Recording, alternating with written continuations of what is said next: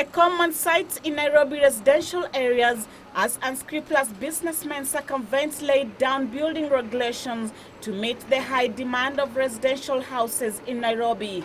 The end result has been loss of life, lifelong injuries and loss of property. The city hosts over 2 million Kenyans, making the real estate sector a lucrative venture, with more than 2/3 of the inhabitants staying in low-income areas. A status report by the Architectural Association of Kenya as at March 2015 indicates that 70% or more of construction in all local authorities are carried out without prerequisite authorization, especially in low-income neighborhoods. The rate is lower at 50% in higher-income neighborhoods. It's clearly an issue of enforcement, and that squarely lies, the jurisdiction lies squarely on the Nairobi City County government and the National Construction Authority. There are people who have chosen that they would not want to follow the law, and it is not out of ignorance. And we have found out that the caliber of people who commit this kind of offense, you cannot associate them with ignorance of the law. It is more to do with greed rather than ignorance of the law. Buildings with a minimum of 5 floors are supposed to have a lift and a backspace of 6 meters, but almost all residential houses in the city lack this requirement. I've just shown you a building that is standing right behind me, where windows cannot open. They open to the neighbor's compound. So livability is not basically about structural strength. It should be the quality of space.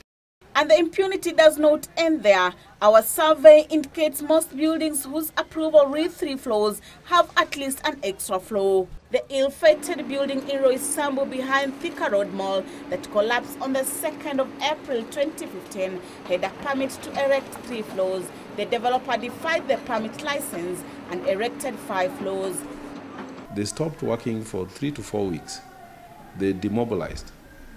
But I think because we started the audit, they knew that our people now are working with a bigger audit team. They took advantage, which I think, again, for a professional is very surprising. The county government does not seem to have power to stop that construction. It doesn't seem not to have power to control development. That's why we have rogue developers.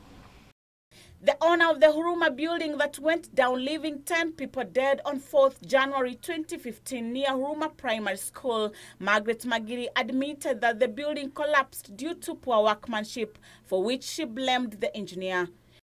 Engineer akoko anakuja. Engineer ni huyo wa City Council anaitwa Githenji. Hata tumestakiwa na yeye. Alikuwa kwa wakuji. Wanajua wanapenda kukuja pale iko pesa, pale watapewa pesa. Sasa hapa kama hakuna pesa hawezi kukuja kuangalia. During such tragedies, Nairobi City County officials are often blamed for demanding bribes and other inducements from developers in order to approve projects. Mimi ningependa kama ni hiyo City Council izingatie kazi yake. Lakini si wakuja waitishe watu pesa. Wazingatie kama nyumba inajengwa vizuri.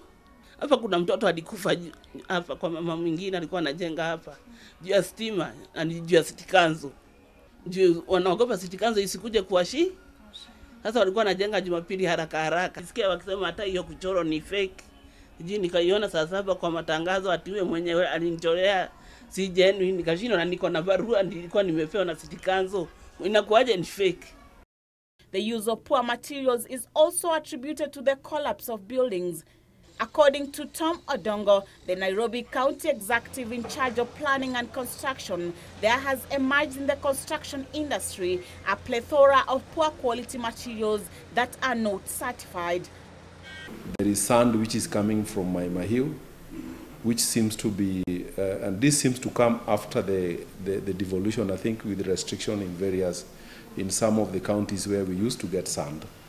I think the shortage of sand now, people have gone to a new product from Maiming. Odongo blames the National Construction Authority for these.